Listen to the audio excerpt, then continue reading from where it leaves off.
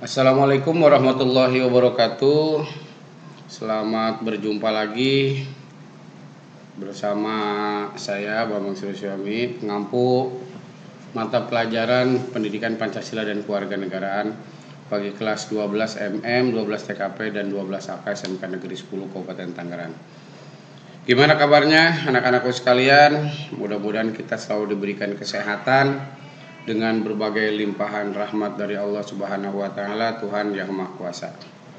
Anak-anakku sekalian, di semester genap ini kita kembali bertemu dengan materi yang harus kita kembali bahas, kembali kita diskusikan. Materi kali ini materi bab 6 tentang perkembangan pers di Indonesia. Beberapa waktu yang lalu kita sudah membahas berbagai materi dan sudah diujikan dalam kegiatan penilaian akhir semester. Mudah-mudahan itu nilainya dapat memuaskan kalian semua. Dan ingat, bagi yang masih punya tanggungan atau hutang mata pelajaran, segera selesaikan sebelum nanti ujian sekolah. Baik, untuk pertemuan pertama kali ini kita membahas tentang perkembangan pers Indonesia. Selama 4 pertemuan ke depan kita membahas perkembangan pers di Indonesia. Nah, perkembangan pers di Indonesia yang kita ketahui bahwa pers adalah bagian dari kegiatan jurnalis. Nah, ini dari awal pengertian pers itu apa sih? Secara etimologis pers itu merupakan sarana untuk memberikan kontrol kepada pemerintah, kepada lembaga dan sebagainya. Pers ini berasal dari bahasa Belanda, bahasa Inggris, Perancis yang arti pressure atau menekan. Di sana tertulis pressure atau menekan atau tekanan atau cetak. Sehingga memang dulunya itu hasil cetakannya ya ditekan ya dengan ada alat-alat tekanan, kemudian cetakan itu.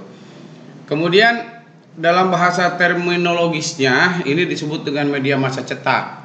Karena dulu belum ada media massa elektronik, ya, belum ada media massa elektronik, sehingga ada yang menyebutnya dengan istilah printing pers, ya, dalam istilah benda seperti itu. Pengertian umum menurut para ahli, pers adalah masih membatasi diri pada surat kabar dan media saja. Padahal tidak seperti itu kalau perkembangan yang sekarang. Kalau dulu kan surat kabar dan media. Dan majalah maksudnya. Ini sangat membantu sekali informasi kepada masyarakat umum. Sedangkan pengertian yang lebih luas bisa termasuk juga di dalamnya penyiaran. Penyiaran dari pikiran atau gagasan atau ide atau berita yang tidak hanya sebatas pada media cetak tetapi juga melalui radio, televisi atau film. Saat itu masih seperti itu perkembangannya, tapi seiring zaman sekarang kan perkembangan menjadi berubah dengan media sosial dan sebagainya. Ada 3 istilah yang perlu kita pahami dalam pers ini. Yang pertama, jurnalis. Ini berarti kegiatan wartawan, jurnalis. Ya, wartawan diidentikan dengan jurnalis. Jurnalistik adalah kegiatan kewartawanannya, pencarian berita sampai produk beritanya gitu ya. Kemudian media massa yang berarti produk untuk menyiarkan hasil kegiatan jurnalis. Sarananya apa? Bisa majalah, bisa koran, dan yang lainnya. Kemudian pers lebih mengarah kepada lembaga atau perusahaan yang menjalankan kegiatan di dunia penyiaran. Jadi ada jurnalistik, lebih mengarah kegiatan kewartawanan, meliput berita dan sebagainya, dia kerjaannya. Media massa yang berarti produk hasilnya dari kegiatan jurnalis, ya. Kemudian sementara pers adalah lembaganya, lembaga yang mewadahi kegiatan penyiaran tersebut. Nah, perkembangan pers itu di Indonesia tidak lepas daripada hubungannya dengan bangsa-bangsa lain, terutama bangsa Eropa. Karena memang perkembangan pers di Indonesia itu dipengaruhi betul oleh Eropa, karena memang Indonesia juga cukup lama dijajah oleh bangsa Eropa, terutama oleh bangsa Belanda. Sehingga anasir-anasir, pengaruh-pengaruh, ide-ide banyak dipengaruhi oleh jurnalis dari Eropa. Seperti itu. Terlalu lama kita dijajah oleh Eropa, ya. Kemudian pada masa penjajahan ini surat kabar ini menjadi alat perjuangan, terutama setelah kebangkitan Indonesia pada tahun 1908. Perkembangan dunia kita ketahui dari situ. Setelah 1908 lalu media massa begitu pesat berkembang sebagai alat perjuangan. Tidak hanya yang ada di Indonesia, tetapi pejuang-pejuang, dalam hal ini orang-orang yang memiliki intelektual yang luar biasa di luar negeri, mendirikan kantor-kantor berita atau lembaga-lembaga pemberitaan. Seperti halnya Angkatan Bung Karno, Angkatan Bung Hatta. Ya, Bung Hatta mendirikan media yang cukup bagus di negeri Belanda. Bahkan sudah berani menggunakan bahasa Indonesia merdeka saat itu. Ini kan berarti sebagai alat perjuangan, ya.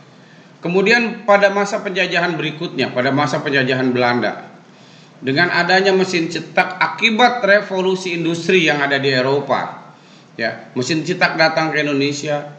Kemudian penerbitan surat-surat kabar. Dari masa penjajahan, Indonesia masih bermain dengan kerajaan-kerajaan, tapi di Eropa sudah mulai ada revolusi industri, salah satunya dengan pembuatan mesin cetak.